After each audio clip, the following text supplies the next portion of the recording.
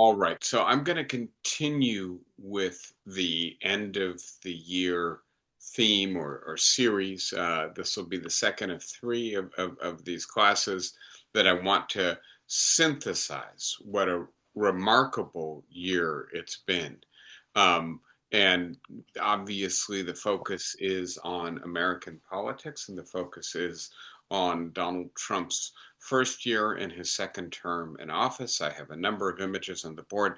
I will say very quickly, right, that the image of Trump and Epstein remains on the board because it's not really relevant to today's conversation, other than to say, right, yesterday was the statutory deadline for the release of the trove of Epstein documents that the Department of Justice and federal prosecutors have collected, and that the Department of Justice did not comply with that statutory requirement. It did not release all of the documents. I do think it is absolutely imperative that they protect the innocent. And please note that what I'm reading now is that there may be over 1,000 victims of sexual trafficking from Jeffrey Epstein and that ring that he was at the center of. And so there probably is a lot of work to do, and that it's better to err on the side of not disclosing sensitive information, not further victimizing the victims. But having said that, I think the word that we're hearing from Congress and from independent reporting agencies is that it does not look like the hundreds of thousands of documents or pages that were released comply with the spirit of the legislation, that there is redacting beyond that required to protect the innocent. And so if that perception takes hold, and I'm not, right, someone who's going to give you independent judgment on the accuracy of that perception. I'm not sufficiently interested to spend the time to try to figure this out myself. But I think in this case, the perception probably matters more than what is accurate. And it matters for the topic of today's class, which is really about affordability, for the following reason, right? That the reason that at least a substantial portion of the MAGA voters, the core MAGA voters, the people who have been undying in their support for Donald Trump over the last nearly decade now. The reason that they are concerned with the Epstein files. Top headlines that we're tracking this hour: TikTok signing a deal to create a new U.S. joint venture. I'm going to try to mute everyone because I'm getting Apple now somebody's mostly by American investors, including Oracle. I'm sorry, give me 1 second. Larry Ellison. Apparently something I have, I hope you're not hearing that, but I have a feeling you might be. I had some polling data from, were you hearing that?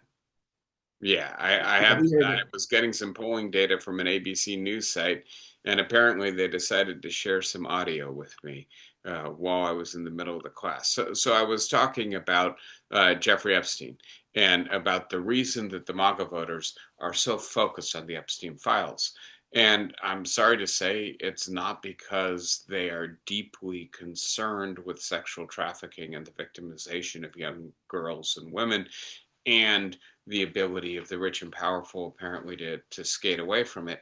I think that they are mainly convinced that the disclosure of the Epstein files will expose the deep corruption of the deep state, and in so doing, be the beginning of the revolution they long for, which expels from government and from the heart of various economic power institutions as well, this elite that has enriched themselves, that has been predatory in its behavior, whether economically or sexually, and then begin to restore the functionality of American government and the American economy for the American people, especially for the working class, the less well educated.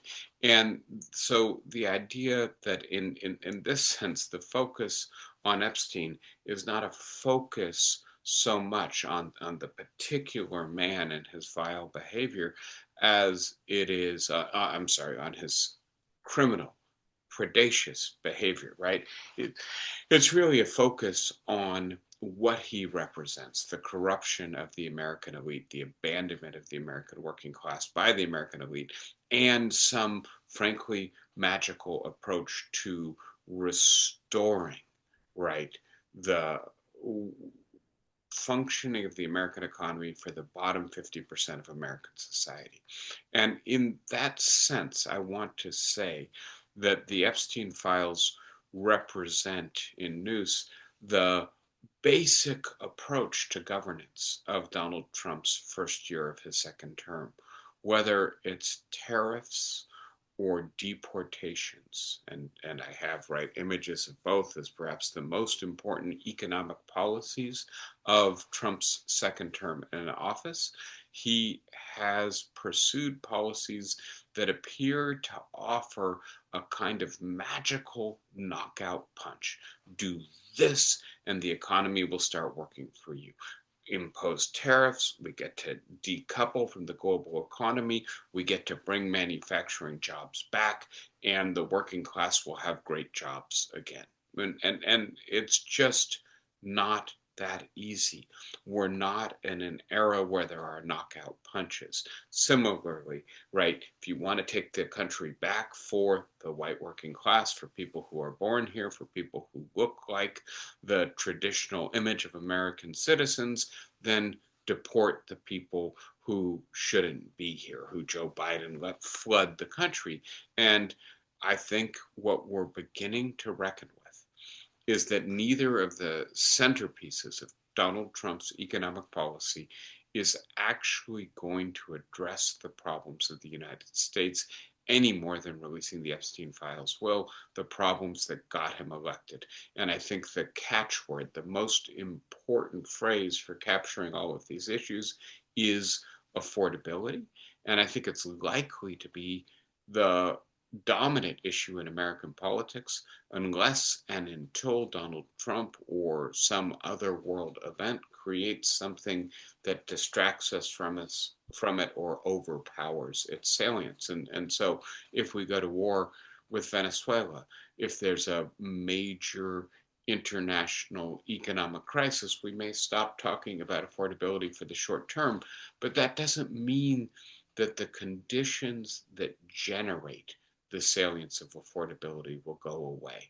And I do believe that the MAGA coalition and the broader coalition of people who voted for Donald Trump are beginning to understand that the policies that Donald Trump has pursued have not actually addressed the affordability issue, that they have in fact made it worse. And so the idea that we're looking at the exhaustion of the policy agenda that is at the heart of Donald Trump's second term, 1 year into his presidency, then creates a number of further issues. And I will primarily discuss these further issues with you next week, but I'll just start with a little preview. I believe that the Supreme Court is poised in the near future, the next 6 months, to vastly increase the power of the president to control independent executive agencies or executive agencies that have been constituted by a Congress with enabling legislation in ways that are designed to secure their independence from unilateral control by the current president. And if the right fact that Congress created these agencies over the course of now 90 years of assurance that they could operate with that kind of independence has led to the vesting in these agencies of tremendous powers on the understanding that those powers would be used in a way that was nonpartisan or bipartisan, that was not then the plaything of the president, that was dictated more by expertise and legal mandate than by presidential will. If those constraints fall away, as they already are, and I suspect will be formalized and accelerated by the Supreme Court in the Trump v. Slaughter decision, which will overturn the Humphreys executor decision, which allowed Congress to create these restraints on these independent agencies. If that happens, then I think we're going to see a president with a failed economic agenda, with broad perceptions that his economic agenda has failed, who believes in his unerring judgment, in the success of his policies, and has expansive, almost limitless conception of the appropriate use of executive power in our society. I think this is background to what we should worry most about in the coming years of the Trump policy. But for today, I want to focus more on the economic policy and why I believe it is failing. I have on the board not only the representations of the two pillars of the policy, the Epstein story that won't end, but also the address that Donald Trump gave in the White House on Wednesday evening. An angry, but I think beneath the anger, a fearful address, an address in which he basically denied the obvious, which is that his economic policies have not succeeded, and he finds himself in this difficult position of apparently being incapable of changing course, and therefore having to try to convince the American people that what they're experiencing is not accurate, that he has a better understanding of their economic reality than we do. So let me move into the details. I start with the idea that we focused on, especially last week, that Donald Trump is a deeply unpopular president at the end of his first year back in office, that when presidents in their second term decline in popularity, that tends to be a one-way street, and that Donald Trump really has always had one very strong suit, and that is that his background as an entrepreneur, a supposedly successful real estate executive, his presentation of himself in reality TV, again, as an executive able to lead and fire at will, has given rise to a perception that he is likely to be economically competent, and that given the underlying affordability crisis, given the rise in inequality, given the rise in precariousness, and I'll return to that word as we continue today, but the idea that more and more Americans find it difficult to make ends meet in the present tense, and difficult to chart a path to long-term economic viability, let alone prosperity. We don't know how we're going to retire, or how we're going to afford our children's education, or what we're going to do if we encounter major health issues and the expenses associated with them, right? 40% of Americans are evicted at some point over their lifetimes in the 21st century. That is a sign of widespread economic anxiety. Donald Trump had on his side the perception that he was an effective economic leader, and I believe that is very quickly eroding. And the result, as we discussed last week, is that his leadership style, which relies on power, relies on bullying, relies on coercion, is likely to be much less effective once he is no longer able to command the support of his base. And I want to be clear about this. When I say that I think that the secret to Donald Trump's success, the base for his electoral victories and power is the perception that he is an economically competent leader in an era where that is perhaps the most important issue for most Americans. I am not saying that that's the sole basis for his support. Clearly, like any other president, he has created a coalition, and there are some voters in the right MAGA deep state camp that I described a few minutes ago with regards to Epstein, who believe that the elite of the United States are deeply corrupt and we need somebody as aggressive as Donald Trump in order to vanquish a deeply corrupt elite. There are other people who are attracted to the racial politics of Donald Trump, to the idea that he's going to keep immigrants out, that he's going to preserve the racial composition of the United States, keep us a majority European society. There are other people who are Christian nationalists, right? And these are all elements of Trump's coalition, but he is not a majority political candidate or president if it's not for, right, the perception that he is a competent and perhaps uniquely promising economic candidate. And to be as clear as possible, right, his economic approval rating is now deeply underwater. The most recent Marist poll finds 36% more people disapproving. This is a different poll that finds 20% more people disapproving, right? And the reason that Donald Trump is underwater, not just in terms of overall approval rating, but in particular due to economic considerations, has to do with what's happening in the country right now. And so I want to be careful, right? You will find periods in which you are in a pre-recessionary economy that does not turn into a recessionary economy.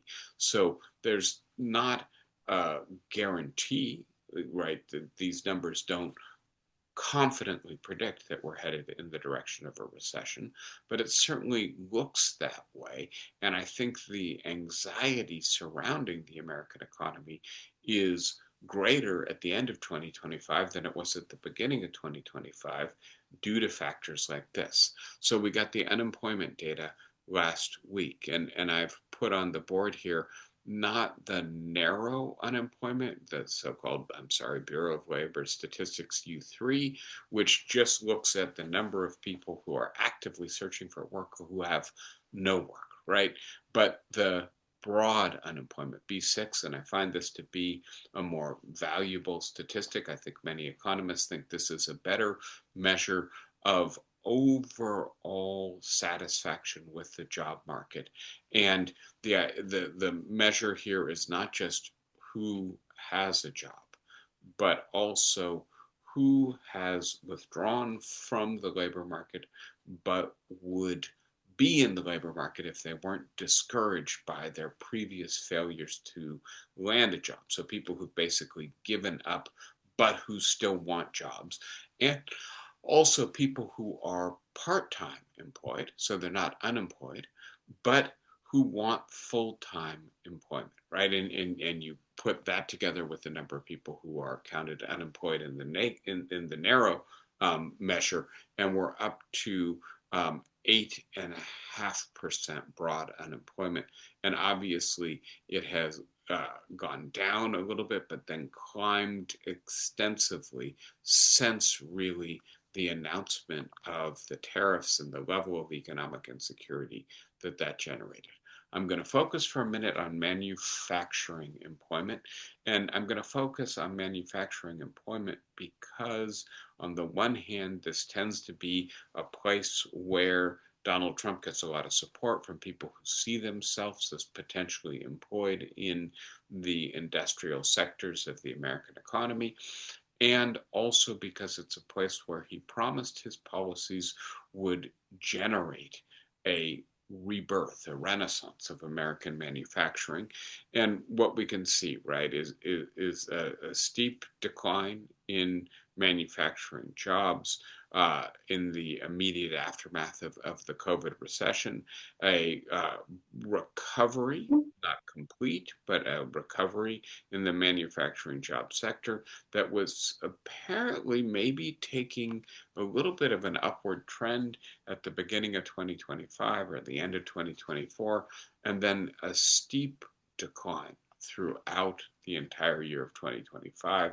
Again, the coincidence with the tariffs and then with the big, beautiful bill removing the subsidies and incentives for green manufacturing, these, right, are attributable to policies or the insecurity that the policies generated.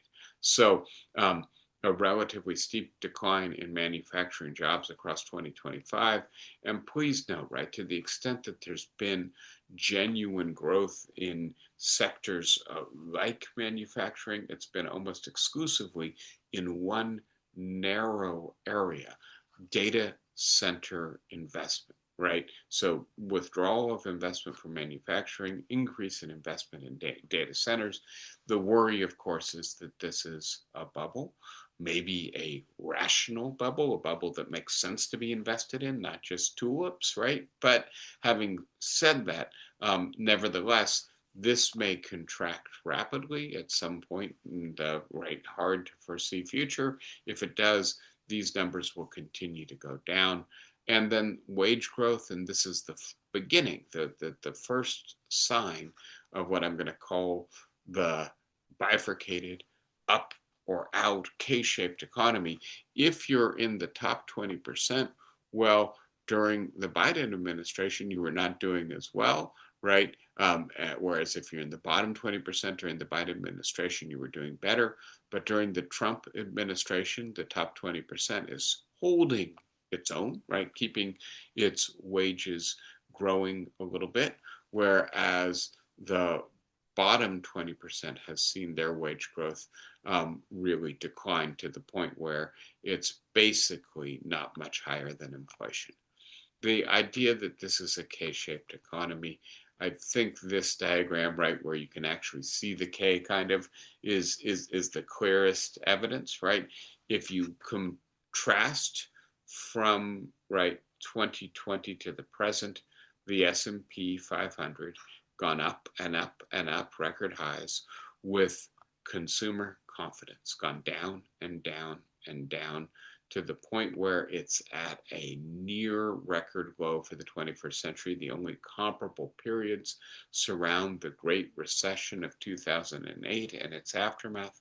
And I want to be as clear as possible, right? We are not in a recession yet.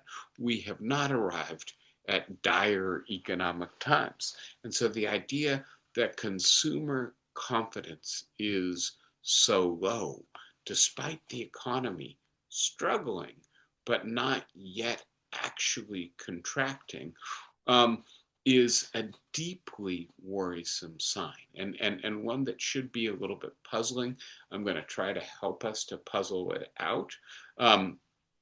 Part of it is just right the discrepancy between the confidence of people who own stocks, right? The stock market's at a high, but that's a relatively narrow slice of the population, and particularly the slice of the population that gets the majority of its income from returns on investment, less than 10% of the population.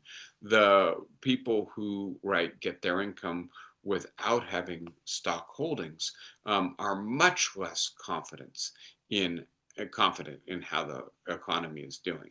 And then the diagram we've looked at together before, but I just want to return to because I find it to be so stunning, right?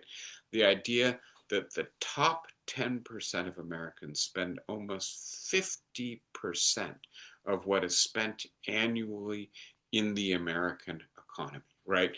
That the bottom 20% spend about 1/20th of what the top 10% spend, that we have become essentially an economy that depends on the consumption of luxury goods by the hyper wealthy, and where the bottom 50% are spending much less and is spending essentially only on their most basic necessities: food, rent, clothing, and medical care, right? That those are the big items that are driving these expenses, as opposed to, I don't know if it's yachts or nice restaurants or nice vacations, but what other people are spending on begins to, I think, help us understand why the affordability crisis feels real, right? And when I say feels, is real. And so I've got a number of items on the board here to try to make sense of this. One of them is the price of a starter home, right? And the idea here is a relatively modest home that a person is going to buy, or a family is going to buy, for their first dwelling. And the idea that, right, in 2000, it was about 2.5 times the median income, and today it's about 4 times the median income, means that many people feel that they will never own a home, right? And so if you're working hard, maybe holding down 2 jobs, and yet you think you're going to be a renter for the rest of your life, you understand that the way in which previous generations of Americans gained wealth over time was primarily through what we sometimes call the forced savings mechanism of a mortgage, right? People tend to pay their mortgages, tend to prioritize paying their mortgages. And so, unless there's a major economic crisis, people hold on to their homes. And over time, not only do they then gain greater ownership as they pay down their mortgage, hopefully also, in addition to the increase in equity, there's appreciation in the value of the home.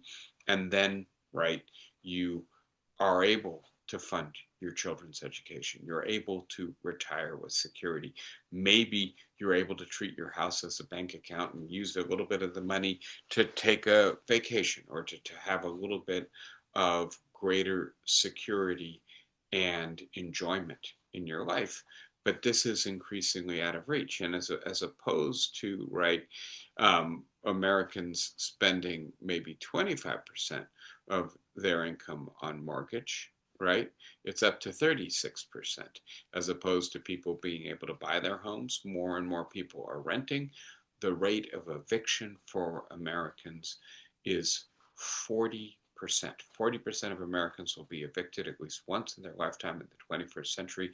And that, I think, is as good an evidence as you can get for the idea that the sense of precariousness, the sense of vulnerability in this economy is widespread, and for good reasons. And so if you look at the consumer price index for right, people who are living in urban areas and renting, right, it has gone way up over the last 25 years, and especially over the last 5 years. The consumer price index for everything has gone up, but not as sharply as those who pay rent on their primary residence, right? And so again, this is part of the pinch that is being created by an economy in which it's harder and harder for people to buy homes. I'll say this very quickly. I think you're aware of this. U.S. household debt has hit an all-time high in 2025. It's mortgage debt and student loan debt, primarily, followed closely by credit card debt, auto loan debt as well, and growing signs that people are struggling to pay this back. And so when Donald Trump goes on prime time, or goes to the Poconos and says, right, that there is a hoax around affordability, that his policies are fixing this, and that if you just give it a little bit of time, we will see the fix if we haven't already seen it. I think most Americans look at their monthly expenses, compare it with their monthly income, and say to themselves, I may like the guy on TV telling me that this is a hoax, but I also have evidence, right? I'm staring at it on my screen every day.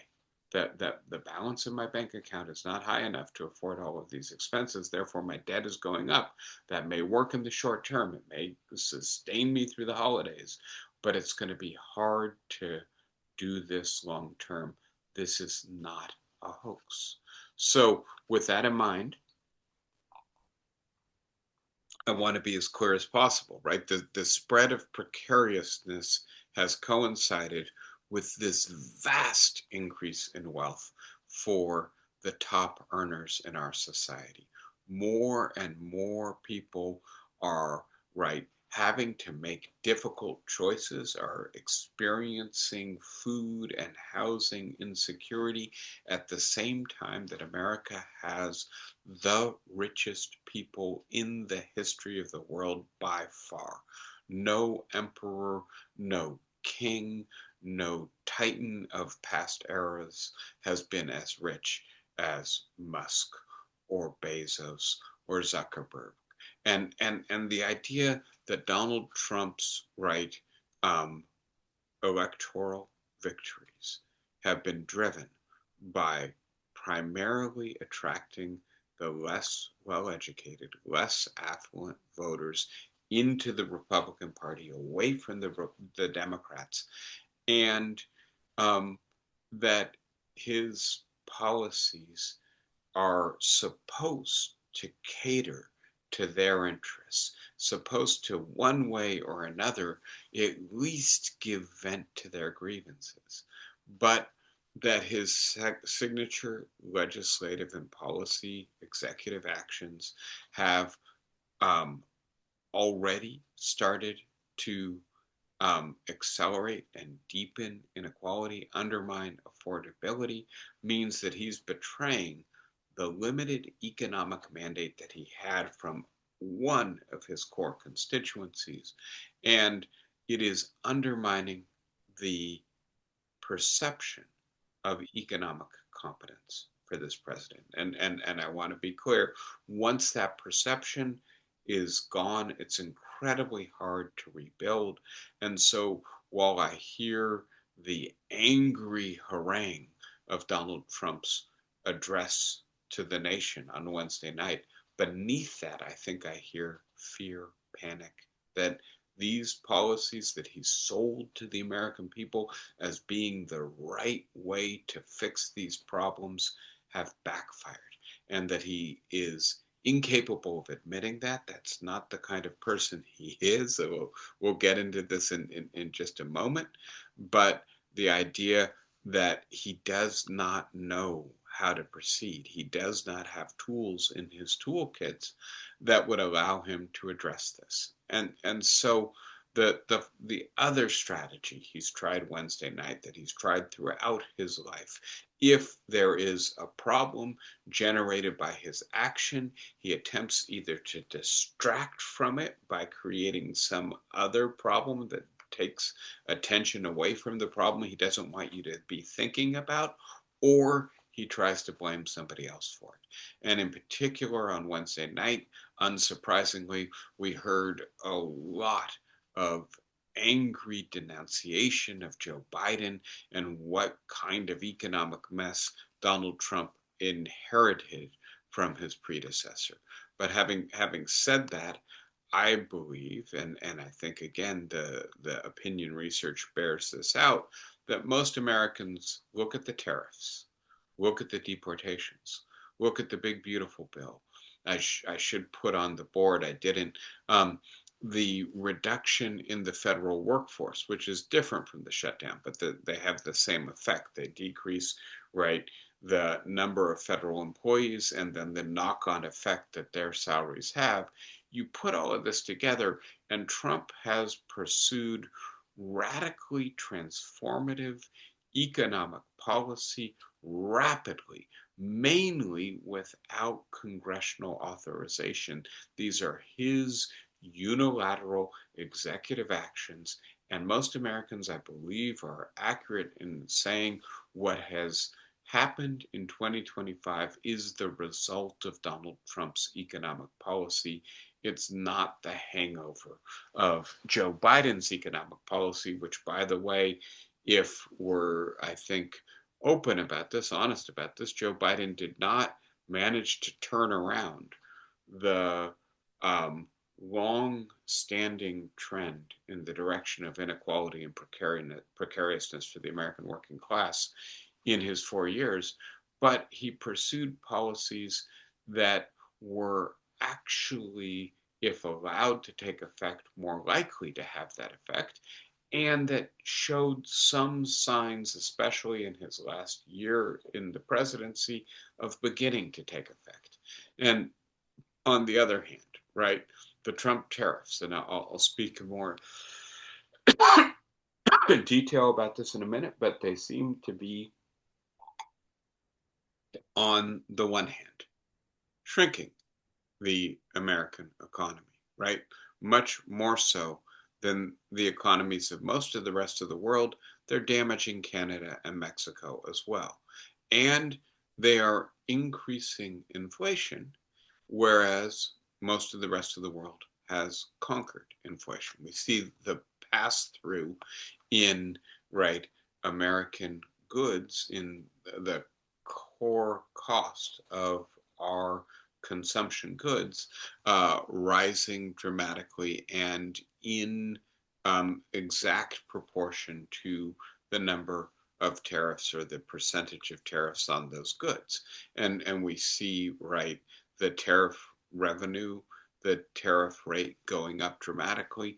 There's no doubt this has been transformative, that this has created a great deal of uncertainty in the economy, that the result is not only, therefore, that it's harder for car manufacturers who've integrated their production in North America as a whole, Canada, the United States, Mexico, to now actually restructure their supply chains, right? So that there's not as many times crossing the border and as many tariffs. Um, it's difficult for all kinds of manufacturers, importers, etc., to decide how much to invest. And so they have postponed those decisions, and the result is an economic slowdown, right? The mass deportations, and again, we'll get into the details of this in a moment, but I want to say very clearly, I think now the logic and the consequence of the Trump deportation policy in the second term are clear, right? We've talked about this together before. The cruelty is the point.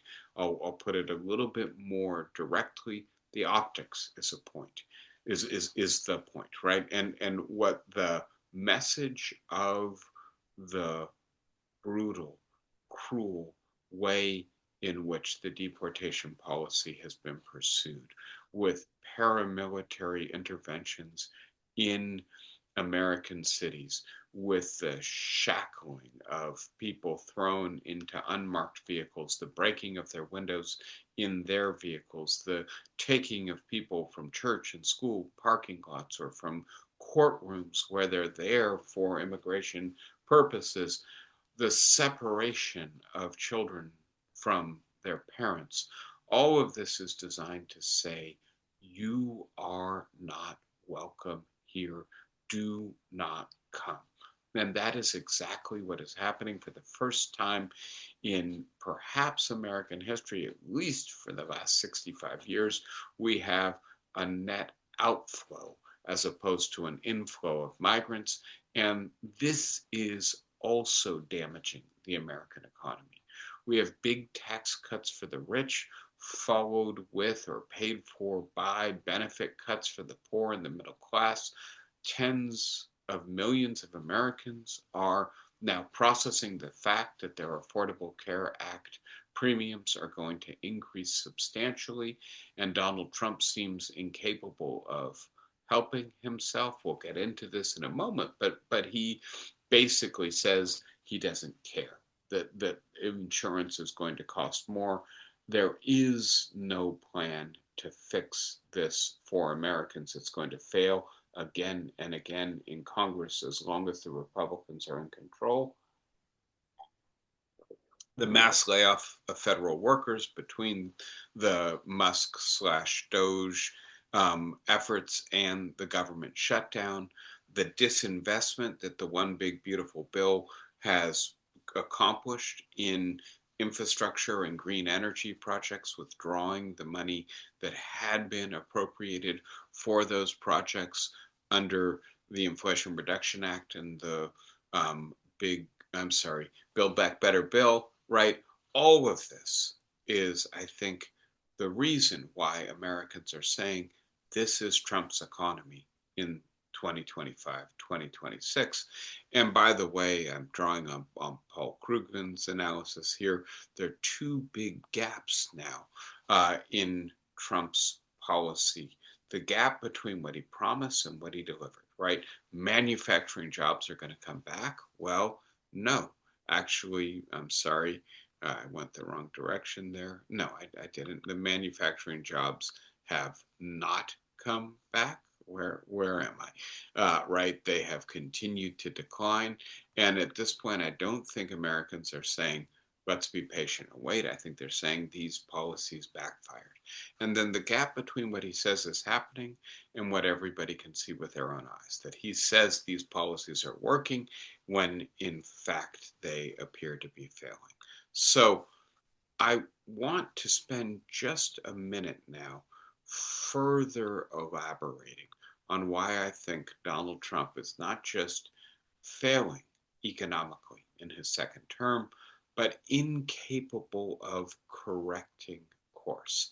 And so I'm going to elaborate a number of factors that I think prevent Donald Trump from repairing his policy and then perhaps doing better in the remaining 3 years of his presidency.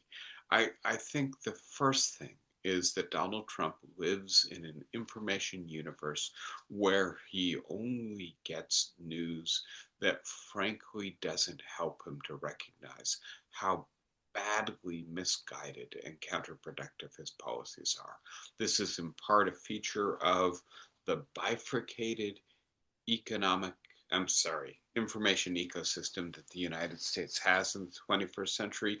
If you live in right wing social media and Fox News, you don't hear the news you need to know if you have surrounded yourself by sycophants, and not just sycophants. I don't know if you're reading the Susie Wiles, the Whipple interviews in Vanity Fair, but to me the most important conclusion from that series of interviews and those couple articles is that Donald Trump has completely surrounded himself with true believers who believe in the MAGA universe. Well, I'll talk a little bit more about this in a moment, drawing on Laura Field's work on the philosophy of the MAGA movement. But the idea that there doesn't seem to be any source of information that's going to allow Donald Trump to recognize that there are mistakes at the root of his policy.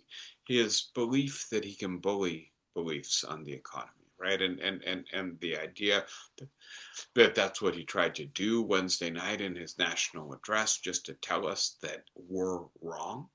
And this is Donald Trump's leadership style, right? He is a coercer. He is somebody who attempts to impose his will on others. It's just really, really hard to do that on the economy, where you have 100 odd million families, each making up their own minds based on the data points of their own budgets, their own expenses, their income, and the relationship between them. It's hard to convince people that they're wrong in their perceptions of their ability to make ends meet.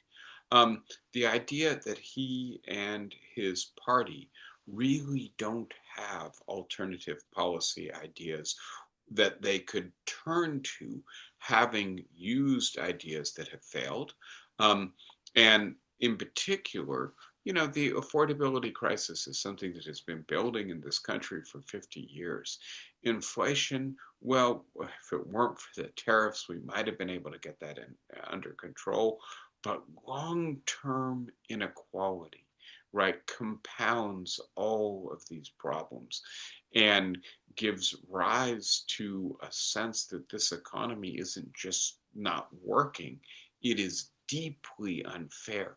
That has been the source of Donald Trump's rise in American politics, that he gets that grievance, he gets that anger. But if he can't channel it into policies that actually effectively help the American people, then he may lose his status as the most important spokesman for the people who feel left out and angry about the structural transformation of the American economy. And I will just point out very quickly, on the one hand, this is kind of democracy working as it's supposed to. You give somebody else a try if you're not happy with the way the other party is ruling.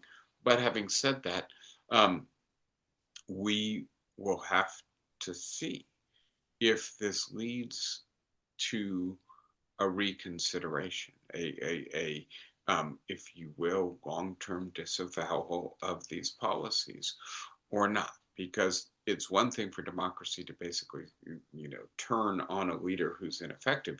It's another thing for it to identify policies that allow us to address the underlying problems. His focus on tariffs, deportation, deregulation, and regressive tax policy deepened the crisis.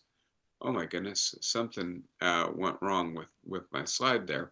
The idea that Trump is loath to admit mistakes, that he is someone who is not convinced that he is fallible, or that it's important. You can see I've even misspelled loathe. I know what happened. My slides crashed as I was in the middle of writing that, with apologies. But that he's not got the flexibility in his worldview or in his self-conception to allow him to admit that he's making mistakes. I think the best hope for Donald Trump is that the Supreme Court will invalidate the tariffs, that eventually courts and other institutions will resist the deportations, and maybe they'll become a little bit less salient as a perception. But I don't think it's going to be Trump correcting course. The reason I've got Laura Field's work on the board here is because I think the overarching worldview that gives rise to the paralysis that I'm now predicting will result from the failure of Trump's first year policies is that the worldview is one of civilizational battle. That views globalization and immigration as existential threats, and therefore blinds itself to the potential economic advantages from both of those forces. And I want to be as clear as possible, right? Globalization has been very good for wealth creation in the United States, but that wealth creation has been very unequally and unfairly distributed. And so it's a potential advantage, not a real advantage. Migration, right? Goldman Sachs estimates contributes $2 trillion a year to the American economy. And that's a net contribution after you subtract the costs of, right, integrating new people into the economy, the services they get. These are potentially advantageous for the long-term economic health of the United States. But if you view them primarily as threatening civilizational erasure, as the globalists preventing America from attending to its own interests first, as the migrants, as undermining the values and religion and racial identity of the United States, then you're unable to pivot to a new kind of policy. And so if this worldview is showing signs of exhaustion outside of the megaverse, outside of the people magaverse, sorry, who are most attracted to it, what will the consequences be for Donald Trump? And I will just very quickly. I'm speeding through this now, right? Return us to some of the stuff we've talked about together before, right? The idea that it is a mistake to believe that tariffs will bring manufacturing jobs back, right? That if we really were exporting as much as we're importing in terms of manufacturing goods, that might increase manufacturing employment by 2 to 3%. It doesn't return us to the 1950s.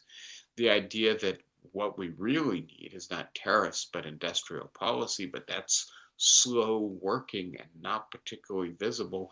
You can't hold up a big poster in the Rose Garden on day one and say this is happening today. And by the way, that manufacturing jobs in the 21st century are not great jobs, that China is shedding them, that Canada is shedding them. And by the way, Canada is shedding them more rapidly than the United States, that it's only Mexico and low income countries that are seeing more manufacturing jobs reflects the fact that manufacturing jobs are low income jobs in the 21st century. And so the nostalgia, the magical thinking engaged in this policy, I think is part of the explanation of why this policy is failing. Please note that the diagrams I'm showing you are diagrams I showed you in April. This was obvious in advance, and it's more obvious now. And so the idea that we need deeper economic policies, that in fact, right, the US was not disadvantaged in terms of the cost of imports versus the tariffs imposed on our exports, that we essentially had an equal balance of payments, that there were just deep mistakes in thinking that tariffs would work like some magic elixir to bring manufacturing jobs back, and that would solve the difficulties, the genuine and deep difficulties of precariousness and vulnerability among the less educated in American society, and spreading outward, right? By the way, as AI begins now to spread precariousness to the college educated as well. The idea that the tariffs, in fact, hit the least well off the hardest, right, is, I think, extraordinarily important. And the idea that there are real problems underneath this, right, that after the China shock, we have replaced good jobs mainly with bad jobs. That's real. But the feeling, right? The sense that something deeply unfair and problematic is happening in the American economy, and that it coincides with the period of globalization and with the increase in migration and the racial diversification of the United States, that feeling is based in reality. But the idea that the solution to it is to impose tariffs, is to, right, do this incredible drive to deportation, is to pass the big beautiful bill. It just doesn't add up. And so the idea that there's a broader complaint, it's an important complaint, that we have almost half of Americans trying to get by on $30,000 a year or less, that they're increasingly concluding that this is not an economy that actually has genuine opportunity for them, that this is not a government that is on their side, that this is not a society that cares about them, is driving anger in our politics, is driving division in our politics. But the idea that deportations or tariffs is the solution does not follow, right? Deportations, and I will be brief about this because I know we're running out of time, but deportations, right, are counterproductive economically, especially if their effect is to stem the migrant population coming into the country, we have benefited substantially from having new members of our labor force, having new people to contribute to our society, new entrepreneurs, people who bring skills that our native population doesn't have, people who are willing to work for less and in worse conditions than many native-born Americans are. I've said this to you before. Again, I'm just returning to the earlier analysis, right? We're seeing fewer and fewer people enter the country, actually a net outflow. This is going to be bad for our labor force, right? And so if you don't have migrants, our labor force is declining and is likely to produce then inflation from higher labor costs. But equally important, right? The millions of migrants who come to this country spend money in this economy, bolster this economy, bolster it by consuming, by paying for rent, by purchasing housing, by paying taxes, and also by contributing to our economy, by doing labor, by being entrepreneurs. And so the idea that this policy is going to backfire, and the idea that, like tariffs, there doesn't seem to be a good alternative available to Trump, given his deep commitments, I think puts us in a situation where, on the one hand, the support for Trump is eroding. And on the other hand, there just doesn't seem to be a viable path forward for this president for the next 3 years. And as hopeful as I am that we learn the lesson, right? That populist magical thinking is not going to solve our problems. We also have to reckon with the fact that Donald Trump will be president for the next 3 years, that he will be increasingly cornered by his own policy commitments, and that this is going to be a dangerous period for American politics. That's where we'll focus next week, is how Donald Trump may pivot from the failures of the first year of his second term to the remaining 3 years. I'll open it up for questions.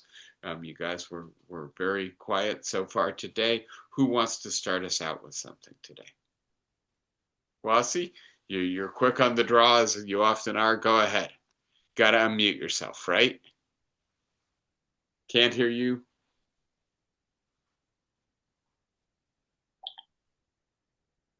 Please hold the space bar down, Flossie. Yeah. There you go. I'm worried that some of our presently displaced Americans will see their future by emigrating, moving south, and taking over the drug trade.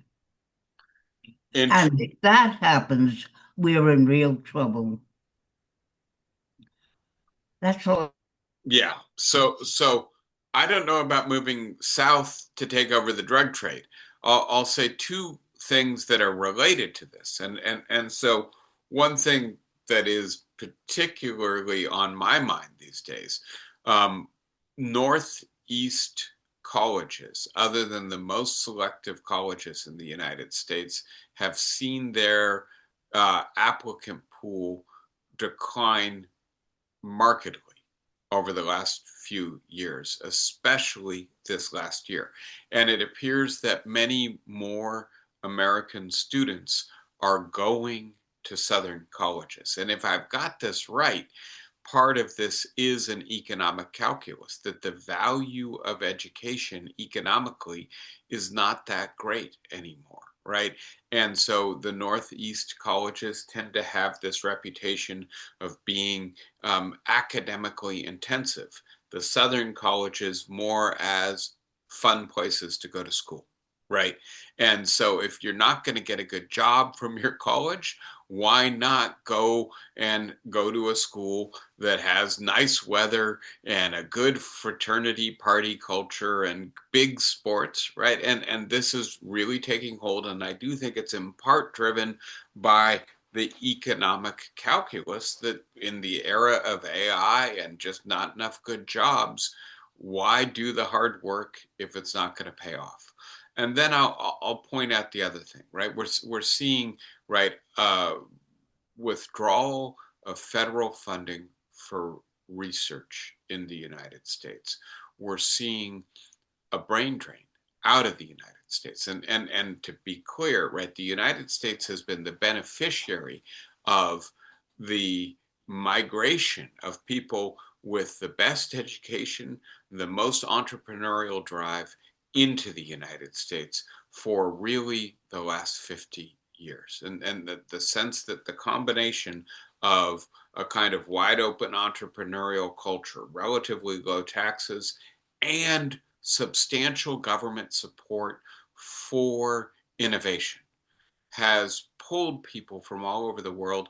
And now the Chinese, the Germans, other places in the world are pulling our people away.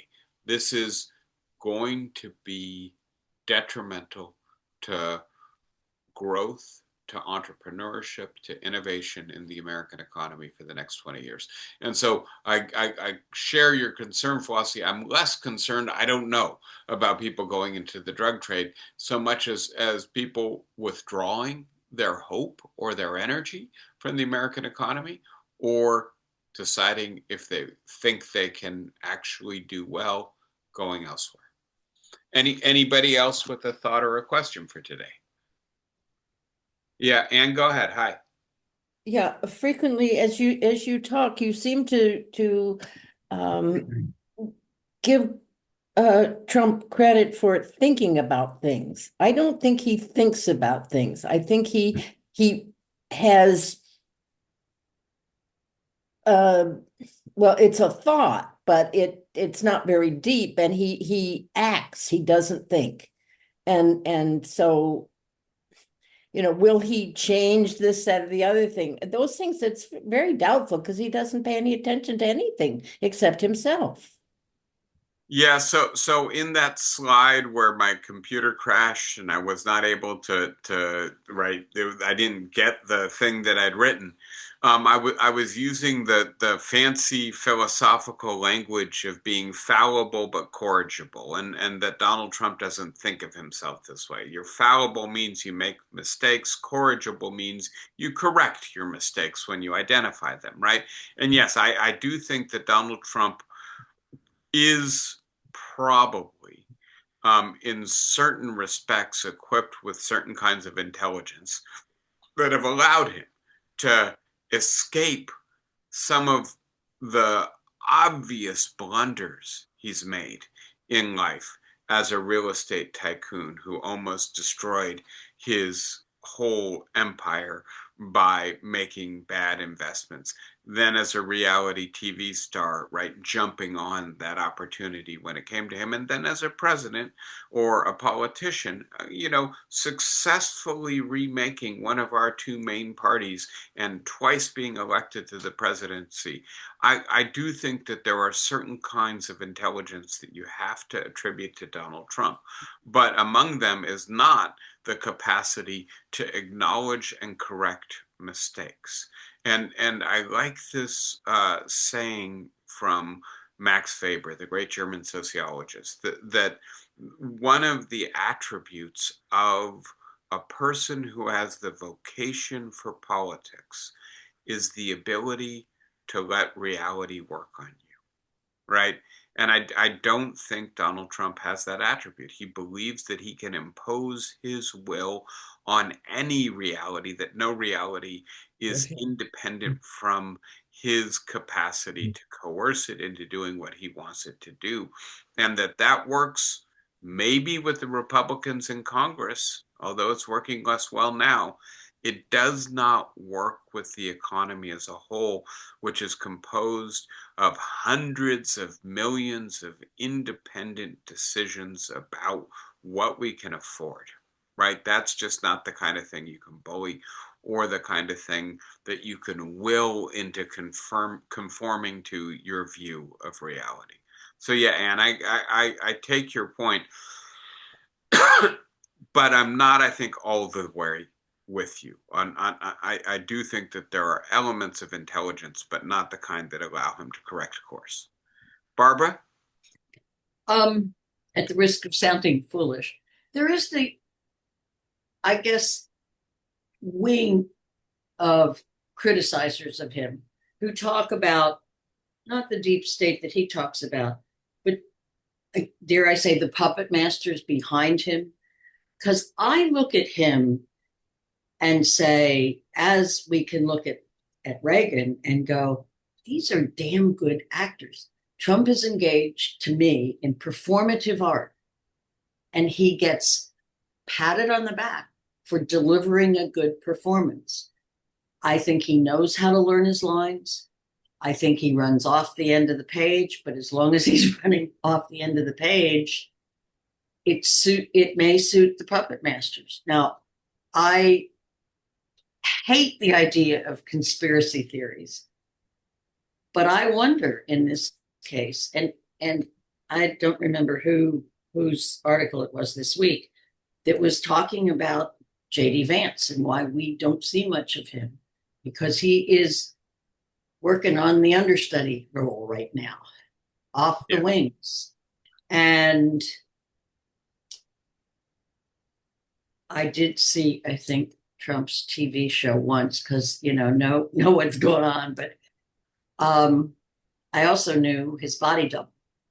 So much of that show was Bob Kirk walking down the hall with a wig and similar clothing. The emperor does have no clothes. Yeah. But who's running the show here? And what is the plan? And I don't know. Yeah, so I'm inclined to believe, and the Susie Wiles interviews seem to confirm this, that in the second administration, Donald Trump never, so go back to the first administration. Donald Trump has no patience for the policy details, right? For what? Policy details. Oh, right. Yeah, he doesn't, right, know what USAID does, to take the Susie Wiles example, right? He doesn't care. He doesn't have the patience, the capacity to come up to speed. He's not a reader, right? So in those respects, he's not doing the work, the hard work of mastering the details and forming the basis for independent judgment on these issues. But what he does have, and maybe this comes back to Anne's comment as well, is intuitions. And his intuitions are strong intuitions, although some of them depend on who the last person who was speaking with him is as well, right?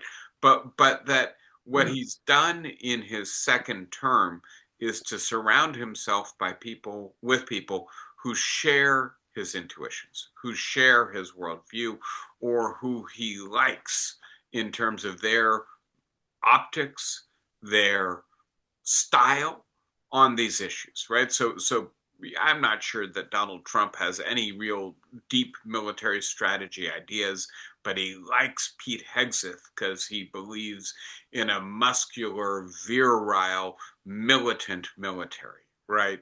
And so the idea that he puts him in charge of the military, right, is an indication that in the second term, Donald Trump has surrounded himself by people who are not puppet masters, or to put it differently, who do not have great knowledge and independent judgment on these issues. I kind of wish he had, as opposed to putting himself right in a sea of people who are all zealots, who all share the same worldview, who all think that the most important things that we can do is decouple ourselves so we stop being deluded in our culture by globalization, to stop migration so that we are not being threatened with what his national security strategy calls civilizational erasure, right? That these are the big ideas that Donald Trump seems, and I do think it is part of his narcissism, right? If you're going to be Napoleon, if you're going to be the person who, through your strength of character and brilliance, saves the country, you have to believe the country is under threat existentially, right? And I believe that there are deep problems with America's democratic institutions, our 18th century Constitution, and the degree to which money has captured our politics. I believe there are deep problems with the American economy and its inequality and unfairness and unaffordability. But I don't think that those represent existential threats. I think those represent policy issues that require reform. And so the idea that, in a sense, his mindset is confirmed by everyone in his administration means that there are, I think, many of them, just like Donald Trump, people without deep understanding of policy, or people whose prior convictions lead them to only understand those parts of the world that confirm their views and not to be open to being persuaded on other things. This is why I think this administration is so rigid and so wrong-headed in its economic policy, and why I worry that it's not going to be able to correct course, and that it's going to instead seek for distractions, divisions, and violence to repress dissidents or distract from it, rather than actually solving our problems. So I guess I'm inclined to agree with you, Barbara, if we're talking about the first Trump administration or the Reagan administration, less inclined to agree with you in Trump 2025, 2026. But it makes me wonder whether he is still influenced and behind the scenes influenced, that the optics that we're able to see look like only those people that you just described in his second administration, the Hegseths and so on. Well, but I don't know. There are 30 Fox News personalities in this administration, right? Yes. And the contrast that the journalist for Vanity Fair, Whipple, drew between James Baker in Reagan's first administration, who would say to Reagan, that's not a good idea. That won't work in terms of public policy. And if you do that, it's going to backfire. And Ronald Reagan would listen to his chief of staff and change course. Whereas, to take a concrete example, right, Donald Trump posts something on social media. This is Liberation Day. The tariffs will be announced on this day, right? And his whole administration scrambles to, right, actually make that happen when it was just a really terrible idea to begin with, right? That this is the problem with the second Trump administration. I don't see anybody in the cabinet meeting who is ever willing to push back and say to Donald Trump, you got to change course. And so is it Thomas Friedman who said, order the circus and you get clowns, right? That we have put in charge this man who seems to only have learned from his first administration that he doesn't want to have anybody in the room who is going to be of independent judgment. And so we're getting a second administration that really is Donald Trump and the disruptors, right? That they are doing their best to change the routines of American government. Some of them do need disrupting, but not disrupting by this crew in this way. Yeah, Barbara, thank you for the exchange. I appreciate it. I see, yes, Sandy, go ahead. Well, I think one of the consequences of what you were talking about today is that we're going to see a huge increase in homelessness. If so many people are renting and rents will continue to escalate, I just think we haven't begun to see what's going to happen. Yeah, and that's a sad thing to observe. And so I'm going to talk more about this in coming weeks. I'm interested in particular looking at the democratic alternatives and the idea that there's, to my mind, a big division between the people who believe equality is the fundamental solution, that we need to narrow the wealth gap. We need to do things to tax the high incomes and the hyper wealth and use those resources to bolster affordability, to help people with rent, to help people to purchase homes, to help the creation of new homes, right? The kind of middle 20th century New Deal and post New Deal approach, as opposed to the newly emerging so-called abundance thinking, which is that the problem is on the supply side. We're just not building enough affordable housing in the United States. And so the solution here is not so much redistribution as creating a greater supply of affordable goods for Americans. And Ezra Klein is strongly associated with that affordability agenda. I'm looking around. I haven't seen David for a couple of weeks. Is everything okay with David as far as we know? No. He just had a procedure. He was on briefly, but he just had a procedure yesterday. So Okay. Okay. So I know he's a fan of that Ezra Klein affordability book, abundance book. And so I'm going to be talking with us more about that, Sandy, in weeks to come. But yes, I'm struck by this statistic that in the 21st century, 40% of Americans will be evicted, right? And once you're evicted, you have that on your credit rating for a long time. And many landlords then won't rent to you. And then you're pushed into this alternative housing market.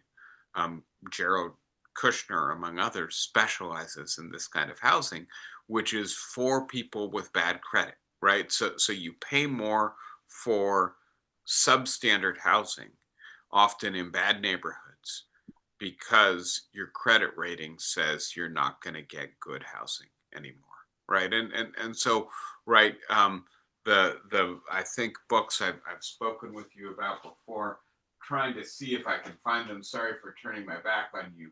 Um, yes, okay. Sorry, but they're both Matthew Desmond books, right? Evicted by Matthew Desmond and Poverty by America by Matthew Desmond. And he wrote them in that order: Evicted first and Poverty by America second. And the idea that we actually have a huge industry that profits from predation on the very poor, right? Or on the people who've been rendered precarious and economically vulnerable by this new economy. That right, far from addressing it, we've grown an industry that gets rich by perpetuating it. Yes, homelessness, economic vulnerability, the sense that, and I go back to this idea, prosperity is completely out of reach in the wealthiest society in the history of the world for perhaps a majority of our population. You understand why that produces anger, grievance, discontent. I'm hoping, right, that as opposed to right-wing populism, maybe, right, if we can get through the next 3 years, that what we will learn from this episode is that doesn't work, and that we need an alternative set of policies that gets me to the question, is it abundance policies or equality policies that the Democrats should be looking at for 2026 and 2028? But yes, Andy, I too am worried. And please note, right, as I did, that we're seeing all of this economic anxiety, near record low consumer sentiment, without being in a recession yet. And that it could be the case that next year we'll also see a recession. So I don't have any crystal ball. I'm not predicting. I just think, given the economic data we're seeing, that there seems to be signs of real weakness in the economy right now. Yeah, thank you. Thank you for the not exactly upbeat comment, but yes, if you're compassionate, you do have to be worried about that. Thank you. Thank you, Sandy. So, we've managed to go nearly an hour and a half again. I want to say happy holidays to all of you, whether you're celebrating Hanukkah, right, which we're coming to an end on, or Christmas, which is just around the corner. I'll see you once before the new year, so I wish you happy new year next lecture. But very happy holidays. Wonderful as always having the Happy opportunity. holiday to you. Thank you guys. Be well, Thank everybody. Yeah. See you next week. Thank you, Take care. David. Bye, guys.